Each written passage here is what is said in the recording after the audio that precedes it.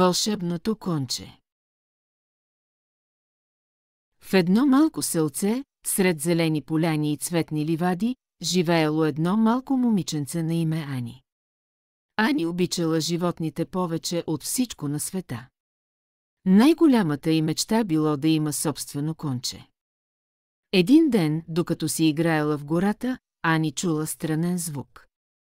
Следвала го и стигнала до една малка полянка, скрита сред дърветата. Там, сред високата трева, стояло най-красивото конче, което Ани някога била виждала. Козината му блестела като злато на слънцето, а гривата му била дълга и копринена като облак. Кончето било тъжно и самотно.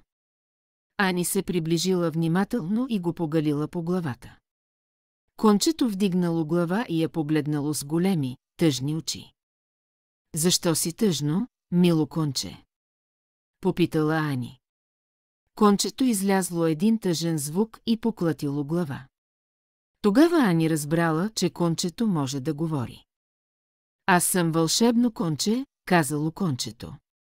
Но съм загубило силата си. Мога да те отведа навсякъде по света, но за да възвърна силата си, трябва да намеря една магическа билка, която расте само на върха на най-високата планина. Ани не се поколебала за миг. Тя знаела, че трябва да помогне на кончето.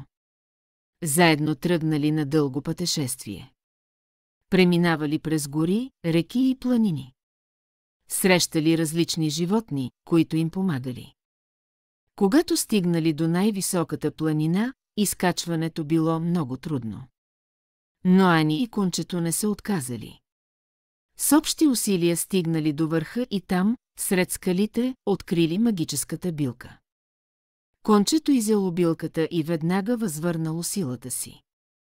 Козината му заблестяла още поерко, а крилата му се разтворили. Благодаря ти, Ани. Казало кончето с радост. От сега нататък ще бъдем най-добри приятели и ще преживеем много приключения заедно. И така Ани и вълшебното конче си обещали винаги да са заедно. Те прекарвали дните си в игри и приключения, пътувайки по целия свят.